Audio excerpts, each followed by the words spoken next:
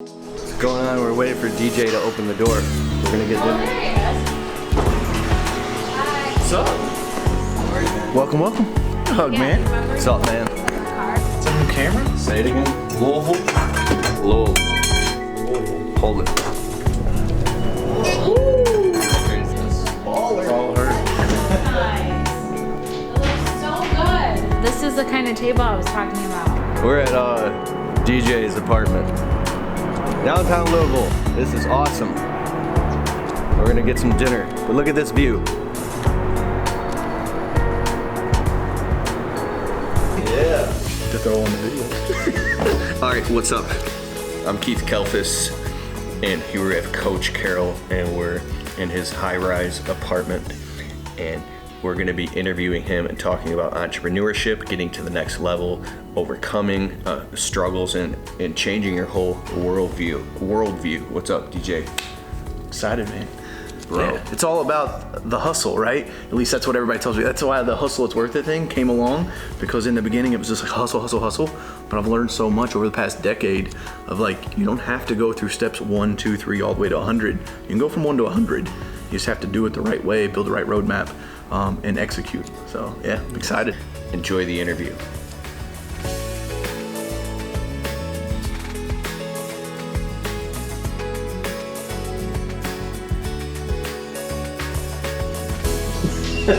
What's up, guys? This is awesome. We got Coach Carroll, and I'm at his high-rise apartment right now.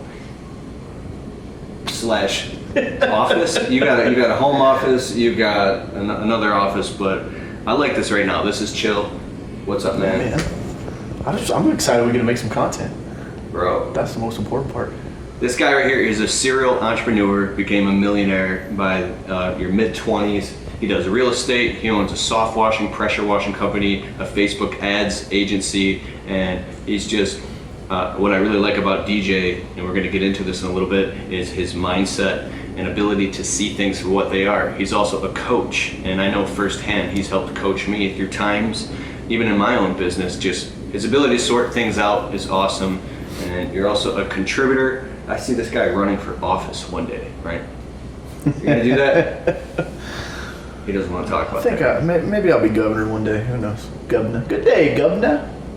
I don't know. We'll see. So to get right into it, you were even a little had something going on this morning. You're investing in a new property and building an office. You're taking a leap, something you don't normally do at this level, so you can expand and talk about facing your fears and where you're at right now. It's tough, man. So a couple weeks ago, I went to Matt Monero's AC boot camp, Attack and Conquer boot camp with him and Judge Graham. Was amazing. I mean, these guys are doing hundreds of millions of bucks, and really kind of put into perspective for me where I was playing at on the spectrum. And while I'm like over here going, I'm ready to make multiple millions of dollars, like I left that event going, why the fuck am I not doing $10 million a year? Like 8 figures, 9 figures. And then like, I could be a billionaire in my lifetime. Maybe not net worth, but $1 billion in assets. And so the big thing that I took from that was company culture. And so I got back and I realized like the office that we're in now is not conducive for our company culture. It's too small of a space. I don't have any more room to hire people. And so it really reminded me of that, like, I don't know if it's true or not, but like if you put a shark in a tank, it'll only grow so big. I think that's like one of the problems in my businesses. But I don't want to just baby step. I don't want to go from 1,800 square foot to like 2,500 square feet. If I'm going to do it, I want to do it and then be able to grow to $10 million in the next 3 years. And so for me to be able to do that, I've got to have a bigger space.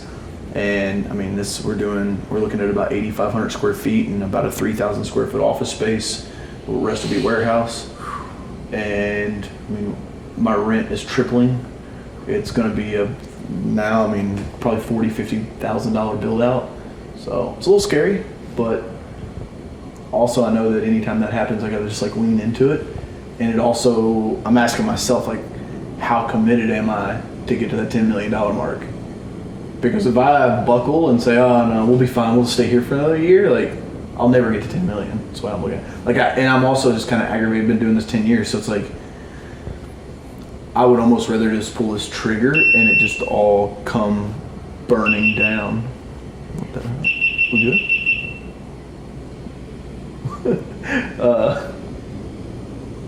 What was that? Oh, that was one of the cameras shutting off. Oh. It was just a GoPro. Oh, okay. So, I like what you're talking about, and for you guys watching right now, I was on the phone with you and you're talking about how maybe your accountant or your banker's doing a snapshot and looking at your track record in the past, but that just makes you almost keep repeating what's going on if you look at that. How do you take leaps, and this is the question, and grow into the future? Because it's like if you build it, they will come. If you dig a stream, water will flow. I've watched that happen in my own businesses. Yeah. But how do you accurately take a calculated risk without just crossing your fingers and hoping it'll work? Where do you marry those two together? I don't know, man. I don't have the answer to that. I think that's why I'm so scared, is because I've never played at this level I'm about to go play at. And so I don't like, that's what I asked Judge Graham at the event. I was like, is this company culture thing something where you just build it and they'll come? If you build a company culture that is like where people are like, damn, that's badass, they're doing big things, it looks like a fun place to work at, will you then attract the A players? And he's like, yes. So it's almost like you just have to have the faith to go off the edge and do it. But at the same time, I mean, like, look at anything. Like, Bezos is putting $1 billion a year of his own money into his rocket program. Does he know that that'll ever be a success? I don't know. Probably not. He does. There's no way to know. I think it's the same thing with this. Like, I don't know that this warehouse will work. So you can, like, imagine, you know how when you're driving at night and there's fog, but you can see a good 40, 50 feet. Mm-hmm. You put your high beams on, or high beams off, actually. Yeah. But at some point, looking off the math and your current circumstances and what you've done and your track record, like, after so far, it's just gray space. Yeah. Like, it's a gray area. Do you reach out, like you've done, to other entrepreneurs and you just have to take their word for it? Kind of. Because, like, if you looked at my books and looked at where we're at, like, it makes no fucking sense for me to do this. Absolutely none. And I think that's why I'm scared. But part of me is like, I'll figure it out. And I also know, just because when I started my business in high school, like, if I put my back against the wall, like, that's when you fight your hardest. Like, you know what I mean? Like, if you had a guy pin you in an alley and you're like, this motherfucker's gonna kill me, like, you literally will do, I mean, you're gonna bite him, you're gonna scratch him, like, you're gonna do anything you can. And I've lost part of that, man. Like, I've lost part of that fight in my gut. Yeah. Because I'm getting a little comfortable. Like, I'm in a nice place, got a little money in the bank. Like, Matt Monero called me that shit. He called it false positives.